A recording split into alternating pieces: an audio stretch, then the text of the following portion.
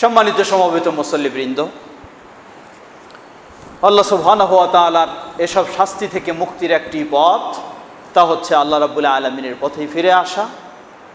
গোটা বিশ্বের মানুষেরা যেন আল্লাহর পথেই ফিরে আসতে পারে, আল্লাহ সবাইকে সে তৌফিক দান করুন। বিশেষ করে যারা আমরা মুসলিম হওয়ার সৌভাগ্য লাভ করেছি, আমরা যেন শুধু নামে মুসলিম নয়, আমরা যেন প্রকৃতপক্ষে কোরআন ও সুন্নাহ মেনে প্রকৃত ইসলামের অনুসারী হয়ে খাঁটি মুসলিম হতে পারি। আল্লাহ আমাদের সবাইকে সে তৌফিক দান করুন। সম্মানিত সমবেত মুসল্লিবৃন্দ, একটি বিষয় সকলের কাছে জানিয়ে দেওয়া আমার একটি দায়িত্ব মনে করছি। ইসলাম, কোনো সন্দেহ নেই, পৃথিবীর বুকে একমাত্র নির্ভেজাল ও শ্রেষ্ঠ জীবন ব্যবস্থা আল্লাহ সুবহানাহু ওয়া তাআলার মনোনীত, সেটি হচ্ছে ইসলাম। ইসলামের প্রচার প্রসার নবী মুহাম্মদ সাল্লাল্লাহু আলাইহি ওয়াসাল্লামের যুগ থেকে শুরু করে আজও পর্যন্ত তার প্রচার প্রসার বৃদ্ধির পথেই চলছে। কিন্তু ইসলাম বিদ্বেষী মহল সেই গতিকে রোধ করার জন্য বহু রকমের ষড়যন্ত্রে তারা, অপচেষ্টায় তারা তাদের কার্যক্রম চালিয়ে যাচ্ছে। ইসলাম শান্তির ধর্ম, ইসলাম শান্তির জীবন ব্যবস্থা। ইসলাম কখনো উগ্রতা, চরমপন্থা, ইসলামের মাঝে এর কোনো স্থান নেই। কিন্তু আজকে যারা ইসলাম বিদ্বেষী, তারা ইসলামকে ক্ষতিগ্রস্ত করার জন্য বিভিন্নভাবে চরমপন্থা, উগ্রপন্থা, জঙ্গি ইত্যাদি এই সমস্ত অপবাদ দিয়ে ইসলাম ও মুসলিমদের গতিকে রোধ করার তারা সর্বদাই অপচেষ্টা চালিয়ে যাচ্ছে। প্রতিটি মুসলিমকে এক্ষেত্রে অবশ্যই সচেতন থাকা উচিত। ইসলাম হলো মধ্যম পন্থা। আল্লাহ সুবহানাহু ওয়া তাআলা বলেন, ওয়া কাযালিকা জাআলনাকুম উম্মাতান ওয়াসাতা, আমি তোমাদেরকে মধ্যমপন্থী উম্মাহ হিসাবে সৃষ্টি করেছি। মধ্যমপন্থা বলতে যার মাঝে ছাড়াছাড়িও নেই এবং বাড়াবাড়িও নেই। ছাড়াছাড়িও নেই বলতে আজকে আমরা অনেকেই জন্মসূত্রে মুসলিম, সালাত নেই, সিয়াম নেই, যাকাত নেই, দিন কোনো মেনে চলার গুরুত্ব নেই, কিছুই নেই। সমাজ যেভাবে চলছে আমিও সেভাবে চলছি, এটা হচ্ছে ছাড়াছাড়ি। এই ধরনের ইসলামে কোনো সুযোগ নেই। আপনি ইসলামের পরিচয় দিতে চাইলে, মুসলিম হতে চাইলে আপনাকে অবশ্যই ইসলামের মৌলিক বিষয়গুলি সাধ্যপক্ষে মেনে চলতেই হবে।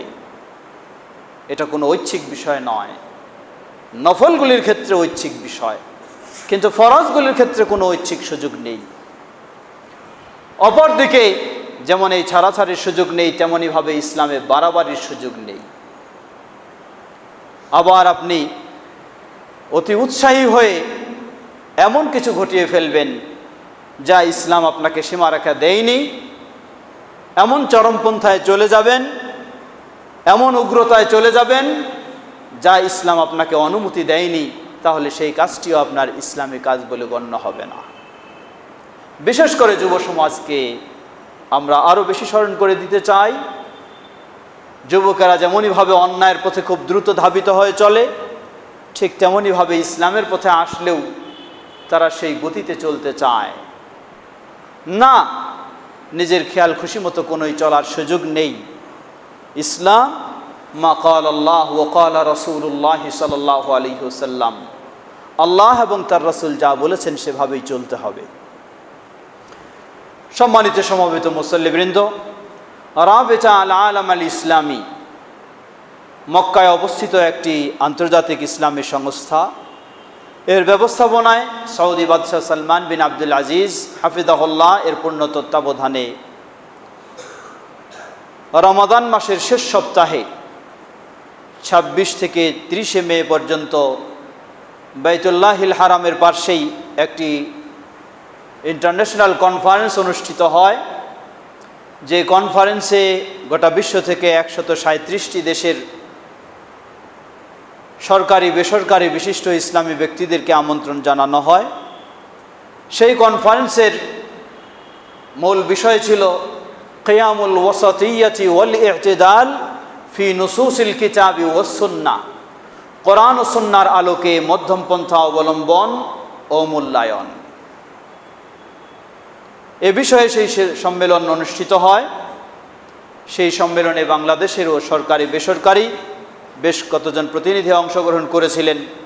তাদের মধ্যে বাংলাদেশ জমিয়ত আহলে হাদিসের সেক্রেটারি জেনারেল হিসাবে আমাকেও সেই সম্মেলনে আমন্ত্রণ জানানো হয়েছিল এবং আমিও উপস্থিত হয়েছিলাম। উপস্থিত হয়েছি হিসাবেই সেই সম্মেলনের নিউজটি আপনাদের কাছে অবগত করছি।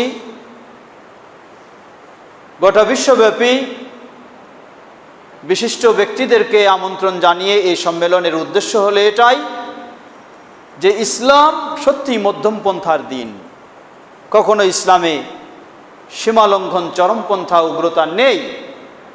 কিন্তু এরপরেও ইসলামের শত্রুরা তারা তাদের পক্ষ থেকেই কিছু প্রেক্ষাপট তৈরি করে কিছু যুবকদেরকে বিভ্রান্তিতে নিয়ে, সেই আইএস বলুন বা ইত্যাদি এই ধরনের বিভ্রান্তিতে নিয়ে আবার তাদের মাধ্যমে ইসলামের উপরে, মুসলমানদের উপরে দোষ চাপানোর তারা এই খেলায় লিপ্ত হয়েছে।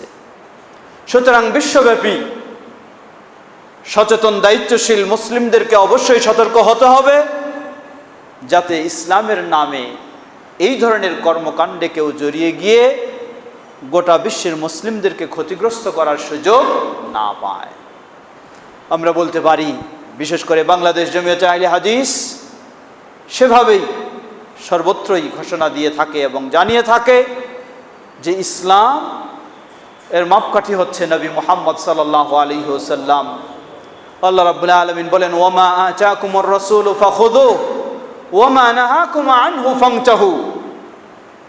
রাসূল সাল্লাল্লাহু আলাইহি ওয়াসাল্লাম তোমাদেরকে যা দিয়েছেন তা গ্রহণ করো, আর যা নিষেধ করেছেন তা থেকে বিরত থাকো।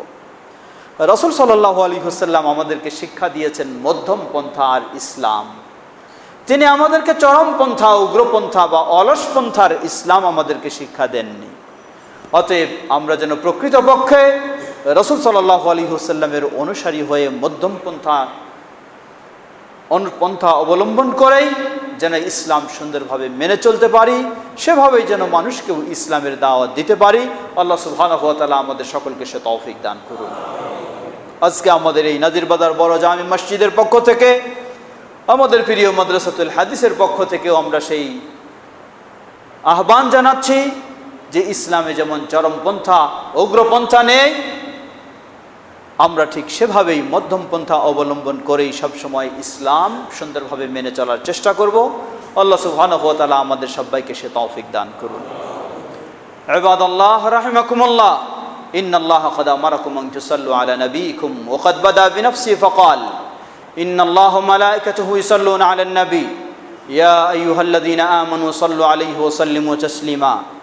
আল্লাহুম্মা সাল্লি আলা মুহাম্মাদ ওয়া আলা আলি মুহাম্মাদ কামা সাল্লাইতা আলা ইব্রাহিম ওয়া আলা আলি ইব্রাহিম ইন্নাকা হামিদুম মাজিদ। আল্লাহুম্মা বারিক আলা মুহাম্মাদ ওয়া আলা আলি মুহাম্মাদ কামা বারাকতা আলা ইব্রাহিম ওয়া আলা আলি ইব্রাহিম ইন্নাকা হামিদুম মাজিদ। আল্লাহুম্মা রদি আনিল খুলাফায়ে আর-রাশিদিন ওয়া আন সাইরি আসহাবি নবিয়িকাল কারীম। আল্লাহুম্মা আ'ইজ্জিল ইসলাম ওয়াল মুসলিমিন ওয়াখযুলিল কাফরাতা ওয়াল মুশরিকিনা ওয়া দাম্মির দিয়ারাহুম। হে আল্লাহ, আমাদের দেশ সহ পৃথিবীর সর্বত্র ইসলাম ও মুসলিমদেরকে সমুন্নত করুন। পৃথিবীর সর্বত্র মুসলিমদেরকে কোরআন ও সুন্নাহর আলোকে সঠিক ইসলামের দিকে ফিরে আসার তৌফিক দান করুন।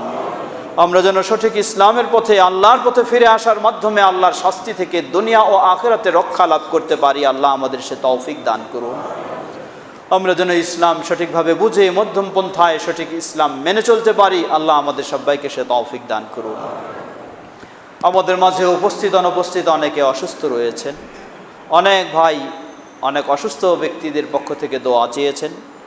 একজন বেশ কিছুদিন যাবৎ অজ্ঞান অবস্থায় রয়েছেন, তার পক্ষ থেকেও দোয়া চেয়েছেন। আমাদের মুয়াজ্জিন সাহেবের শ্বশুর অসুস্থ, তিনিও দোয়া চেয়েছেন। আমাদের একাধিকজন সেক্রেটারি সাহেব, সহসভাপতি সাহেব এবং অনেকজন অসুস্থ রয়েছেন। আল্লাহ সুবহানাহু ওয়া তাআলার কাছে দোয়া করছি, আল্লাহ আমাদের সকল অসুস্থদেরকে পরিপূর্ণ সুস্থতা দান করুন। তাদের এই অসুস্থতার মধ্য দিয়ে তাদের ভুল ত্রুটিগুলিকে ক্ষমা করে দিন এবং পরিপূর্ণভাবে সুস্থ হয়ে যেন তারা ঈমানের উপরে চলতে পারে সে তৌফিক দান করুন। আমাদের যারা বিদায় নিয়ে চলে গেছেন, আমাদের প্রিয় বাবা মা ভাই বোন, আল্লাহ সে মুসলিমদের ভুল ত্রুটি ক্ষমা করে তাদেরকে জান্নাতুল ফেরদাউস নসিব করুন। আর আমরা যারা রয়েছি গোটা জীবন যেন সঠিক ইসলামের উপর প্রতিষ্ঠিত থেকে ঈমানের সাথে আমাদের বিদায় হয়, আল্লাহ আমাদের জন্য সেটি কবুল করে নিন। আমাদের স্নেহের সন্তানদেরকেও যেন আমরা ইসলামের আলোকে গড়ে তুলতে পারি, আল্লাহ আমাদের সবাইকে সে তৌফিক দান করুন। আমাদের দেশের সর্বস্তরের মানুষদেরকে ইসলামের পথে হেদায়েত দান করুন, সর্বস্তরের মানুষদেরকে ইসলামের পথে চলার তৌফিক দান করুন। আমাদের দেশ সহ পৃথিবীর সকল মুসলিম দেশগুলিকে আল্লাহ দুনিয়া ও আখিরাতের আযাব থেকে আল্লাহ হেফাজত করুন। বিশেষ করে এই সমস্ত গজব থেকে আল্লাহ আমাদেরকে ইসলামের পথে ফিরে আসার মাধ্যমে গজব থেকে মুক্তি দান করুন। কঠিন প্রখরতা এবং অনাবৃষ্টি এগুলি থেকে আমাদেরকে হেফাজত করুন।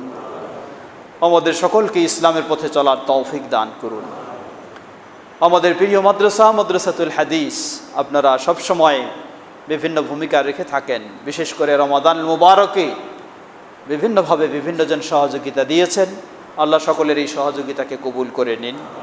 এখনও পার্শ্বের ভবনের ওপরে 6ষ্ঠ ও 7ম তলায় নির্মাণের কাজ চলছে, সেখানে অনেকে সহযোগিতা দিয়েছেন, আল্লাহ সকলের এই সহযোগিতাকে কবুল করে নিন।